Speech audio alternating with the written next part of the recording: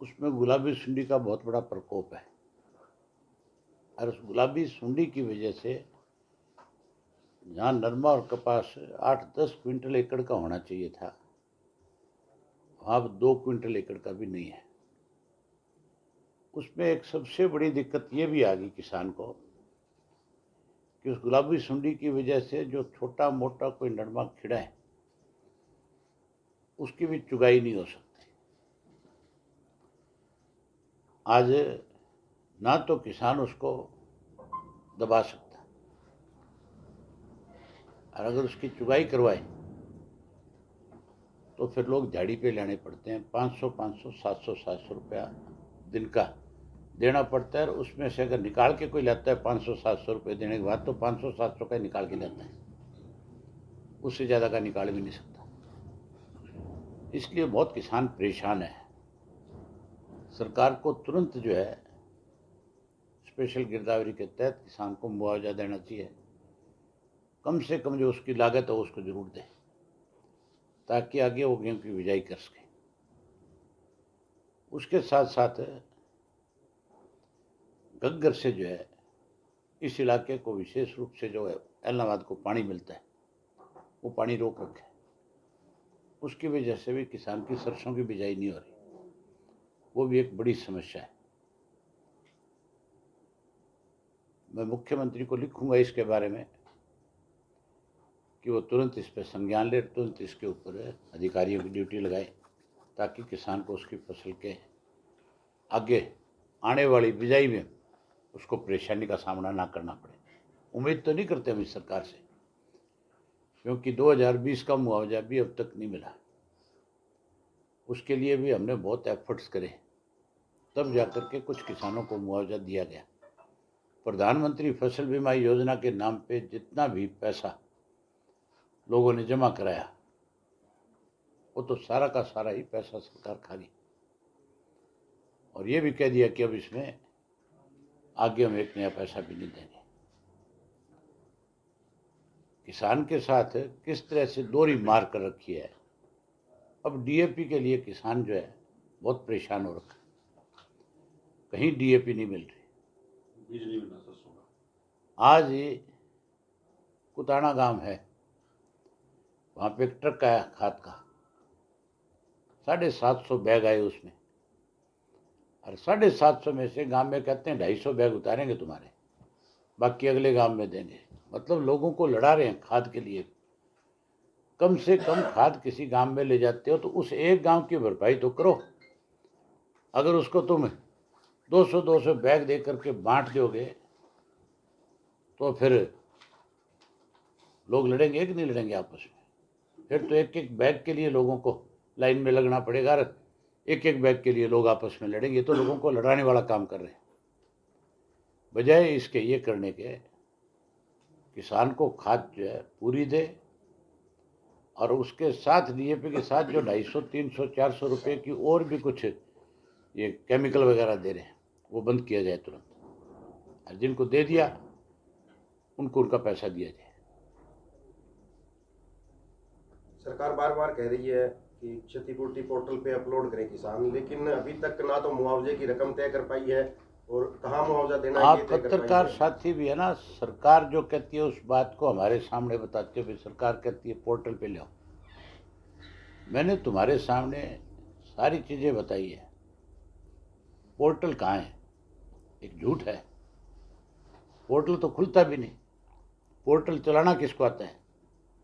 गांव के अंदर इन्होंने सुविधा केंद्र बना दिए, ऐसे लोगों के हाथों में दे दिए जो पोर्टल पे चढ़ाने के नाम पे भी किसान से पैसा लेते हैं। ये लूट का माध्यम है पोर्टल भी। किसान को कैसे लूटा जाए, कैसे कमजोर किया जाए, सारा दिन सारे पोर्टल ही पोर्टल बनाएंगे, स्वयं कोई काम है सरकार का? इसीलिए लोग परेशान हो गए। अरब लोग जो है इस सरकार को हर हालत में 2024 में, चाहे लोकसभा है चाहे विधानसभा है, हरियाणा प्रदेश के अंदर भाजपा का सफाया करेंगे। इस मुहिम के तहत आपकी यात्रा चल रही है। आज तो मैं सिर्फ और सिर्फ हल्के के मेरे साथियों को निमंत्रण देने आया हूँ। मैंने अपने ग्रैंडसन का 4 तारीख को फंक्शन रखा है, उसका लंच है, तो उसके लिए सब साथियों को निमंत्रण देने आया हूँ। विशेष रूप से मेरे हल्के में मेरी जिम्मेवारी बनती थी कि मैं सभा में आकर के इनको निमंत्रण दूँ। 5 को मैंने पूरे प्रदेश के लोगों का जो है फिर लंच रखा है, और मान के चलो 4 तारीख का भी जो निमंत्रण है उसमें 40,000 से ऊपर लोग आएंगे, और 5 को तो 1 लाख से ज़्यादा लोग हरियाणा भर से हमारी पार्टी से जुड़े हुए, और वैसे भी सामाजिक फंक्शन है, उसमें ज़्यादा से ज़्यादा लोग पहुँचे। कहाँ रखा है ये? तेजाखेड़ा फार्म पे। यात्रा का दूसरा फेज आपने शुरू भोजन किया का है। निमंत्रण तो घर पे हुआ करता है, होटल और मैरिज पैलेस में वो लोग दिया करते हैं जिनके लोगों की संख्या कम होती है आने वाला। हमारा तो प्रदेश के लोगों के साथ बहुत बड़ा रिश्ता है, जहाँ राजनीतिक रिश्ते और सामाजिक रिश्ते बहुत हैं हमारे। हम पिछले 3 पीढ़ियों से 4 पीढ़ियों से हर किसी अपने साथी के दुख सुख में भी शामिल हुए और खुशी में भी शामिल हुए। राजस्थान पड़ोसी राज्य है, वहाँ पे चुनाव है नेक्स्ट मंथ में, तो आप किस पार्टी के प्रचार के लिए जाएंगे, किन उम्मीदवारों के प्रचार में जाएंगे? भादरा में बलवान पूनिया की मदद करूंगा, और मैंने आज जहाँ सबको निमंत्रण दिया वहाँ सब साथियों की ड्यूटी भी लगाई है कि सारे के सारे जिन जिनकी भी रिश्तेदारी है या जिनका कोई भाईचारा है, जिनका सामाजिक राजनीतिक रिश्ता है, वो सारे अभी से संपर्क करें और बलवान जी की ज़्यादा से ज़्यादा मदद करें। नौर की ड्यूटी होगी अभी नौर के अंदर तो अजय सिंह जाएगा, किसकी मदद करेगा उससे पूछो जा करके, दुष्यंत से पूछना वो किसकी करेगा। यहाँ तो भाजपा के साथ गठबंधन है, वहाँ क्या करेंगे वहाँ देखना। मेरे से क्या पूछना चाहते हो नौर में किसकी मदद करूँगा? अभिषेक की करूँगा। तू जो पूछना चाहता है वो मैं ही बता देता हूँ, हाँ उसी की करूँगा हर हाल में। कुछ रिश्ते निभाए जाते हैं, सारी चीज़ों में राजनीति नहीं हुआ करती। वहाँ अगर कोई मेरी पार्टी चुनाव लड़ती होती है तो मैं ज़रूर अपनी पार्टी के उम्मीदवार की मदद करता, हनुमान या कोई नॉन कांग्रेसी लड़ता होता। यहाँ नॉन कांग्रेसी है, ना मैं भाजपा की मदद कर रहा हूँ ना कांग्रेस की। हनुमान की भी, हनुमान चौधरी जो आगे देखेंगे, समय की बातें। हरियाणा में बसपा के साथ दोबारा गठबंधन की चर्चा चल रही है। कांग्रेस से एक बड़ा वोट बैंक जो है वो इनेलो में आने की संभावना है।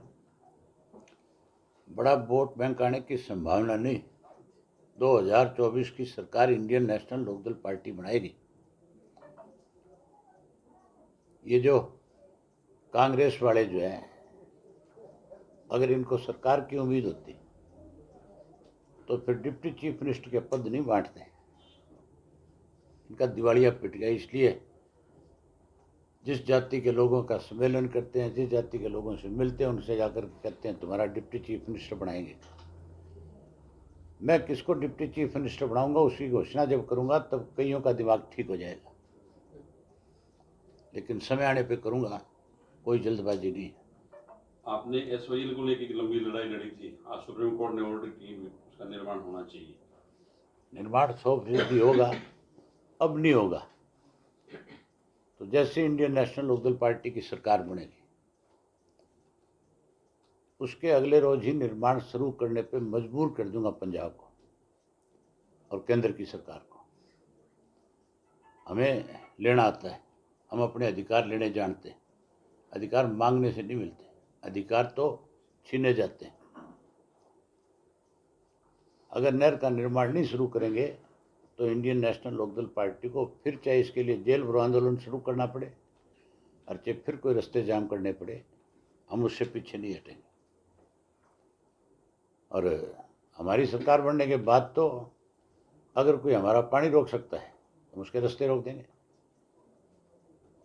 चीफ मिनिस्टर तो हवा में उड़ के जा सकता है, आम नागरिक कैसे जाएगा? अगर हमारा हरियाणा प्रदेश का आम आदमी पानी के लिए परेशान है तो फिर हमें उनको किस बात की सुविधा देनी चाहिए? और फिर तो मैं जो दिल्ली का पानी जाता है हरियाणा से वो पानी भी बंद कर दूंगा, क्योंकि दिल्ली में आप पार्टी की सरकार है। कोई हमारा पानी बंद करे, कोई हमारे से पानी ले, ये कहाँ लिखा हुआ है? हरियाणा में आईएएस अधिकारियों को पुलिस अरेस्ट कर रही है, भ्रष्टाचार को आप कैसे देखते हैं मौजूदा सरकार में? मंत्रियों को करना चाहिए, सारे मंत्री भ्रष्ट हैं। हमने विधानसभा में उनके ऊपर आरोप लगाए खुल करके, उनकी जांच होनी चाहिए विजिलेंस की। कोई एक दो नाम सर? मैं कुछ सारे भ्रष्ट है, तू नाम पूछ। ठीक है, धन्यवाद।